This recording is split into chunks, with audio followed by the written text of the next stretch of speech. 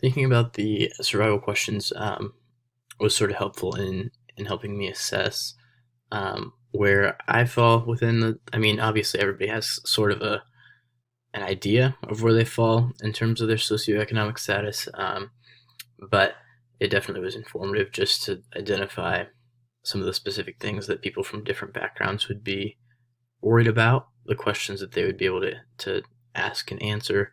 Um, so that was informative just in me figuring out, you know, some of the things that I don't quite understand. In particular, I mean, I think some of those questions about the very, very wealthy, affluent things in life, it was harder for me to identify with those. And so, um, yeah, it's interesting to see how that all plays out. On the opposite side of that, though, with the questions in poverty, there were several that were, I mean, there were considerations that I had never thought about. And so that's really good for me to be thinking about those sorts of things about, um, just providing basic needs a lot of times and knowing where, the best garage sales and how to get certain, free things, and just sort of living in a state of never really knowing what tomorrow looks like. That was all sort of informative for me. Um, and yeah, it's definitely good to be asking those questions as a teacher.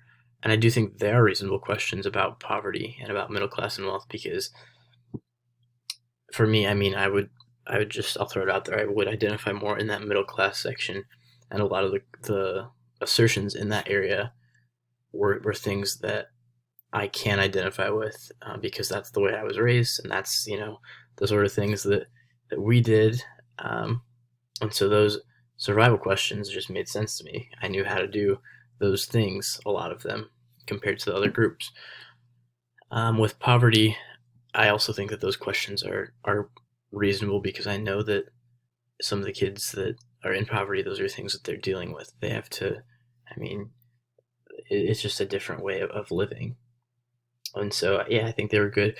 The questions about wealth seemed more like the very, very wealthy rather than just like the more affluent um, population that like I would identify more with, or I shouldn't say identify with, but understand more because I know people like that. Whereas the wealth questions, talking about, going across the world and having favorite restaurants in several different countries and having multiple residences and things.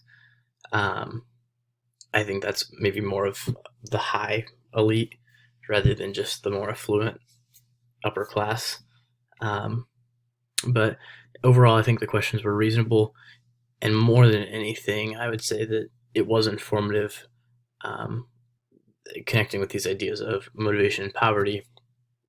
When you're in poverty, it's going to be a lot harder to be motivated when you don't know what the next meal is. You don't know where you're going to be living next week because maybe you're being evicted or something. And so these sorts of things, it's really a sort of a Maslow type concept of the student needs. If the lower needs of just physiological needs and security aren't being met, that makes it a different ballgame for teachers because we can't teach until we're providing some of those safety and security needs, and so it I think it changes the emphasis for teachers more on teaching the whole student rather than just teaching content, and I think that's really important. And so I think that teachers can support students from poverty backgrounds by being more focused on the whole student and being a little more engaged in the socio-emotional side of learning rather than just conveying my content and trying to get students to understand that because again, they probably aren't going to care about what I'm teaching them about science if their basic needs aren't taken care of. So yeah, I think this survey really does kind of help me to think in a different way about poverty so that I can be just looking at those things and tucking those things into the back of my mind when I'm working with students.